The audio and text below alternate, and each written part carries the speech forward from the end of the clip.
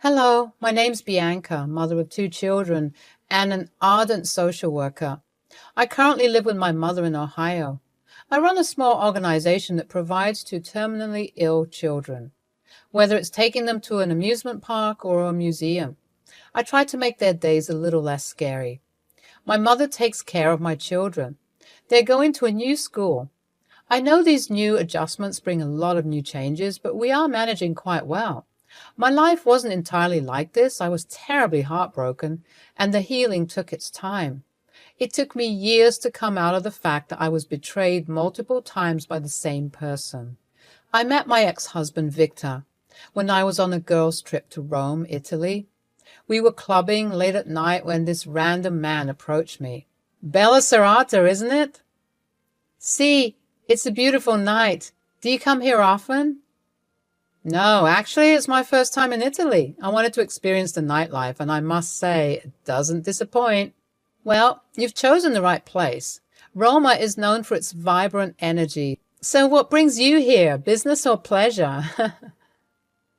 Well, I would say a mix of curiosity and wanderlust, I suppose. I've always been fascinated by Italian culture and history. And what about you, Bianca? Are you a regular in this scene? I enjoy going out occasionally. It's a great way to unwind after a long day. But tonight I'm celebrating a friend's birthday. How about you? Are you here alone? Yes, solo traveler exploring the world. I find it liberating to discover new places on my own terms. Well, you seem to be doing just fine. Rome has a way of capturing hearts, whether you're alone or with company. So it seems. But I have to admit, meeting someone as lovely as you adds an extra touch of magic to the experience. You're quite the charmer, Victor. I appreciate the compliment. So tell me, what else have you discovered during your time in Rome? Oh, where do I start? The Colosseum, Vatican City, the Sistine Chapel. I've been soaking in history, the art, and the cuisine. Every corner of this city has a story to tell. You're absolutely right. It's a city filled with treasures and tales. If you have time, I'd be more than happy to show you some hidden gems that tourists often miss. I'd be honored, Bianca. Exploring Rome with a local would be a dream come true. We clink glasses together, sealing our new connection amidst the vibrant ambience of the club. He then proposed a friendly dance. The music was wild, and I was young and flattered, so I agreed to his proposal. We danced away like crazy, as if we didn't care less about the world. We were a couple of drinks down. He was really attractive back then, and attractive people can bring a lot of baggage. As the vibrant music filled the air and the club in Italy pulsed with energy and life, it was a night like any other, and I found myself dancing and enjoying the moment, surrounded by the rhythm and excitement that coursed through the crowd. Little did I know that this evening would be the beginning of a captivating and unexpected journey. It was as if the world around us faded into the background, leaving only the two of us in that electrifying moment. We moved together in perfect harmony, our bodies swaying to the rhythm of the music. The chemistry between us was palpable, growing with each twirl and dip on the dance floor. It felt as though time stood still, and in that enchanted bubble, we were the only ones that mattered. But just as our connection intensified, a woman appeared out of nowhere, clinging to Victor. Panic flashed across his face, and he glanced at me with a mix of confusion and worry. In that split second, I saw the uncertainty in his eyes, and my heart skipped a beat. Who is she?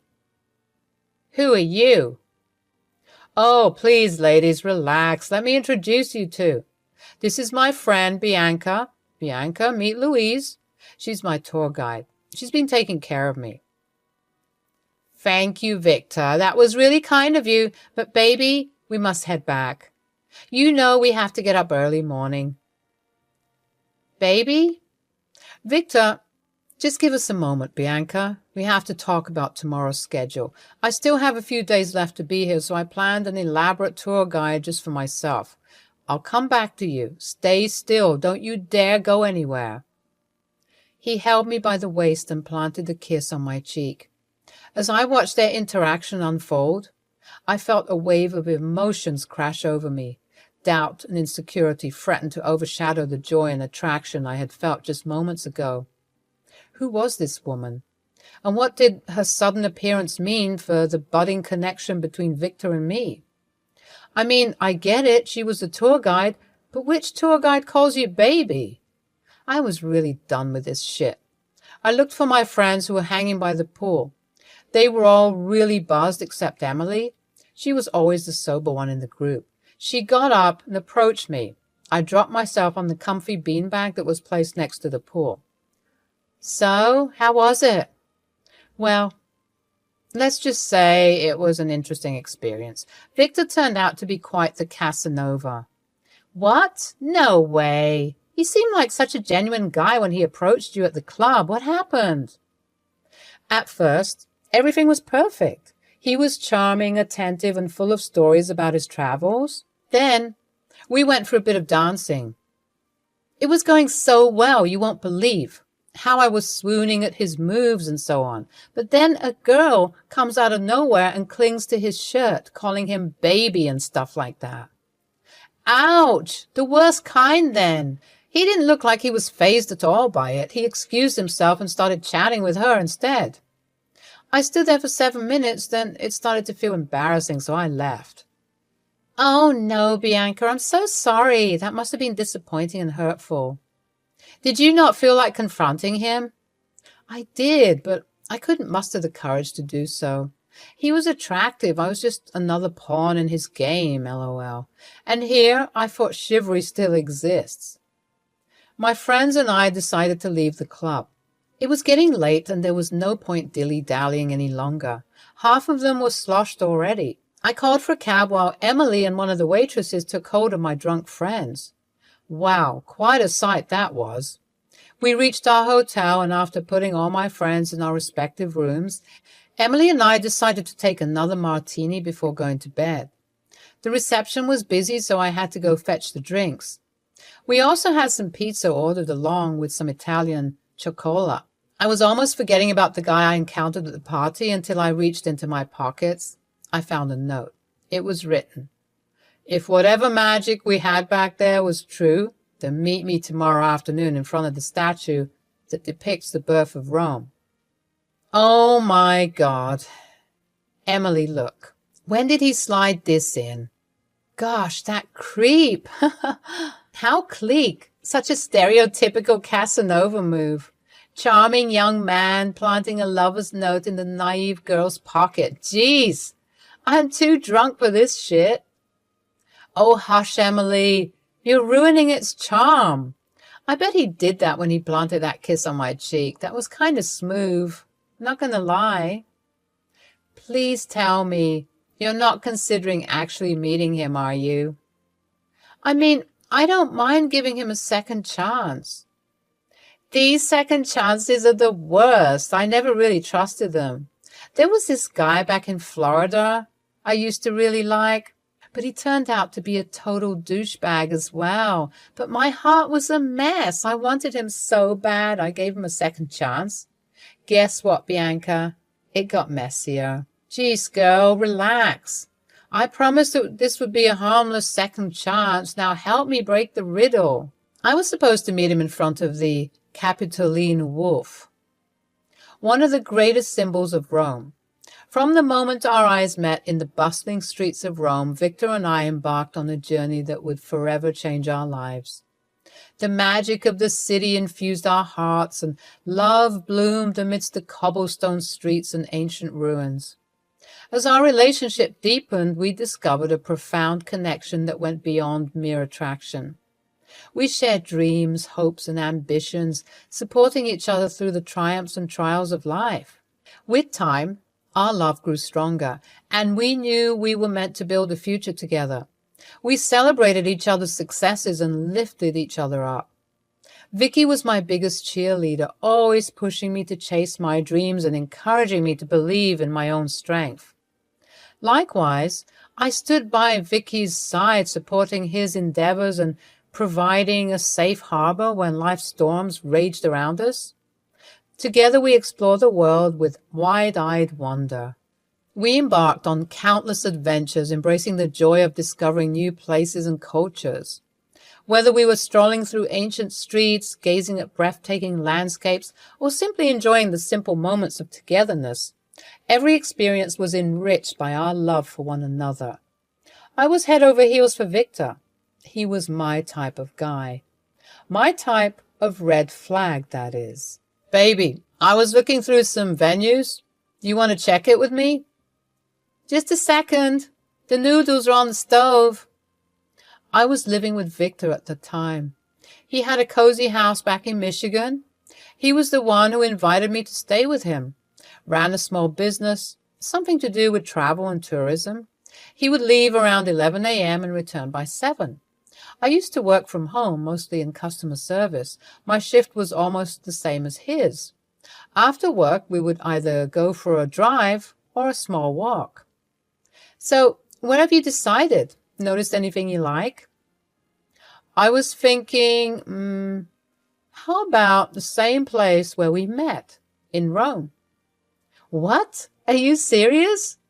Wouldn't that be too expensive? I mean, the venue, the decorations, invitations, food. Nah, don't worry about it, love. I spoke to one of my rich clients from Italy. He said he would do all the arrangements at a lot less price. Interesting acquaintances. How do you even manage to make such alliances? I should totally learn from you. That's my secret. But you are a special one, so I don't mind. Want to know? Absolutely. Tell me. Well, I use a lot of what? My sexy charm. Screw you, so full of yourself. In the picturesque setting of Rome, surrounded by loved ones, we exchanged vows and committed our lives to one another. The joy and excitement on that day were immeasurable as we embarked on the adventure of marriage hand in hand. We were ready to face the world as a team, navigating the highs and lows with unwavering support. But like many others, I too realized some men change a lot after marriage. Maybe the spark of romanticism fades and we fall into a cycle of monotony and ambiguity. A few years, things were going all right. We had our regular work and free time. Victor grew busier. He would take me to parties and clubbing, but sometimes he would go alone with his friends. After I got pregnant with our first child, things started to change for the worse. Victor would be a bit neglectful towards me. I mean, sometimes he would be the sweetest person and I would melt. He probably started to think I got bored or something because I don't go out with him to fancy parties and crowded pubs anymore. Babe, is something the matter? I feel like you're really upset about something and not telling me. Why do you ask? It's the vibe I'm catching. You usually aren't this quiet. I mean, you are the definition of an extrovert. Right. Please, babe, tell me. You will feel a whole lot lighter, and you only said that communication should be our greatest mantra. Yeah, I know. I do want to know one thing. You are still you, right? What do you mean, I'm still me? I don't understand. What did I do to turn you off? I think the baby thingy could have waited. Maybe if we would have given us a bit more time. What the hell do you mean by that? It's been 2 years. I know, but I miss the old us. We used to hang out and go on small travels and adventurous dates. Remember our trip to Africa, babe? The wildest of experiences. Ah, how I long to go back amongst the serene wildlife and sweet forest liqueur. Then why don't you? What? Is a pregnant wife making her husband feel trapped? Oh, babe, why are you making it sound like that? Did I say that? You just twisted my entire explanation. Jesus. I was just saying that we could have waited a little more before, getting into parenthood. So, is it my fault, babe? You wanted a baby, remember? We were on a date when you pointed at a child saying you wanted one of those. Then I laughed, and you got all pouty because I wasn't taking you seriously. His phone rang. He excused himself, saying it was his mother, and went to the other room. I sat there in silence. What just happened? Did we just fight? This was our very first argument. In the following years, we became parents of 2 beautiful girls. Victor loved spending time with them, taking them for a drive, sometimes to parties. When I strongly objected, he would get angry. He also didn't like too much crying and whining. He would always excuse himself if his daughters were having a tantrum. He just wanted the cream of the hard work, not the hard work itself. I shifted my job from home to an office space. I was getting paid more. Victor would often leave for business trips. He started to dress more handsomely, which was nothing to be concerned about, but I couldn't help but feel insecure. How are the kids, Bob? They're fine, Mom. Growing up really fast. Georgie throws a lot less tantrums these days.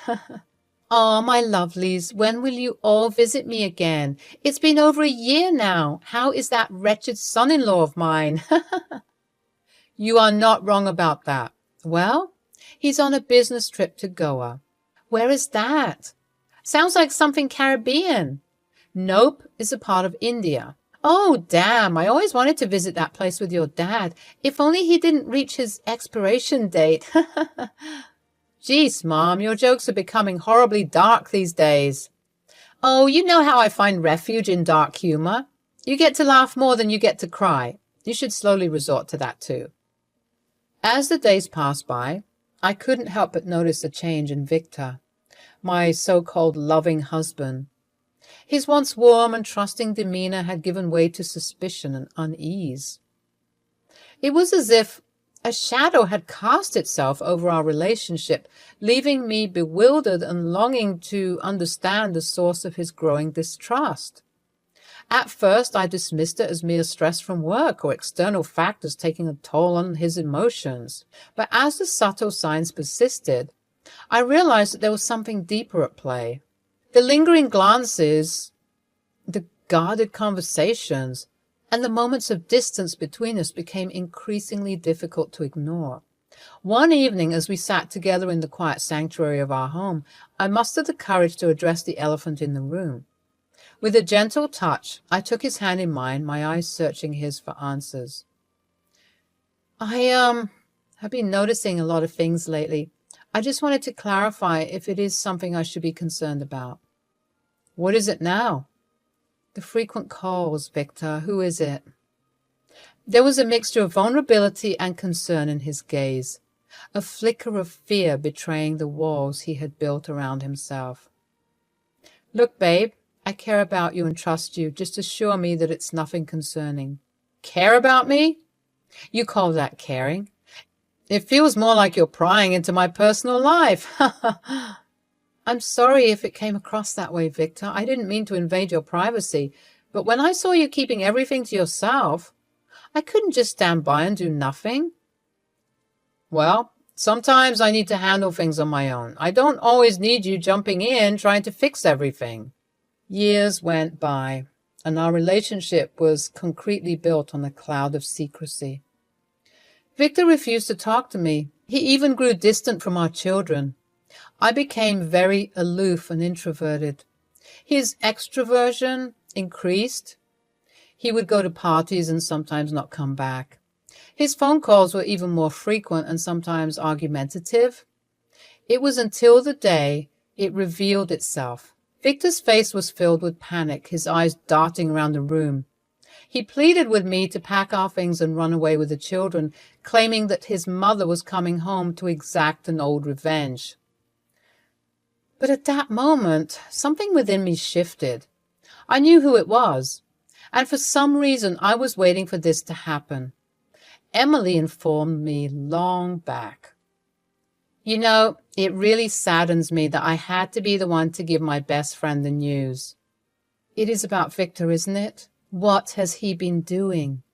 Well, she revealed that Victor has been taking drugs, partying and sleeping with other women. One of them was incredibly in love with him. She got pregnant and Victor left her right after that. She was in a total mess. Her name is Leslie. She was Victor's favorite mistress. He would often go to a love hotel where they both would sleep multiple times. Emily found her at a club, crying profusely. She was 2 drinks down. Emily just wanted to small talk. Little did she know it would end up in this drama. We decided to invite her to the charade. After all, that sneaky bastard needed a lesson. With a mixture of determination and pain, I looked into Victor's eyes, and in a voice filled with both defiance and sorrow, I responded, "She's already here, Victor, and it's not your mother who should be running away now." What? What do you mean?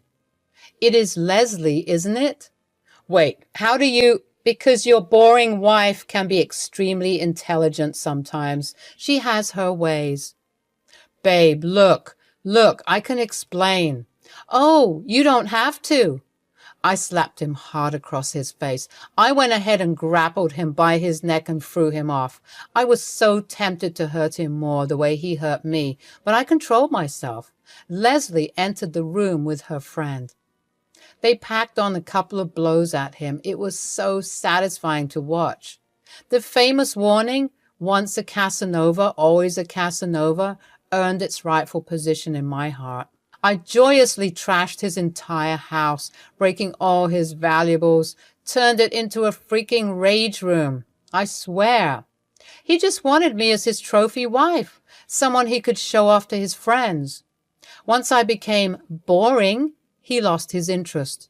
He did that with other girls too. Leslie and I knew what to do. He would be paying for both of our child support. We planned to make him penniless. We were in the process. It would take some time, but I wasn't going to leave him for what he had done. My children shifted to their grandmas. I decided to stay back so that I could complete the legal work before finally settling with my mother and kids. We would connect to 2 other girls who equally hated him. He was nothing but a puny little mouse in our trap. After a few months of going to and fro to court, it was finally settled. Today, I stand tall and proud. The pain and heartbreak of that fateful revelation have shaped me into a woman of resilience and unwavering strength. I have emerged from the ashes a survivor of betrayal, ready to embrace life's challenges and bask in the love and happiness I truly deserve. In the end, I found solace in knowing that the one who should have been running away was never me. It was the darkness of deceit and betrayal that Victor and his mistress had chosen to embrace. And with every step forward, I reclaimed my own power, determined to forge a future built on my terms, with an unwavering commitment to my own happiness and well-being.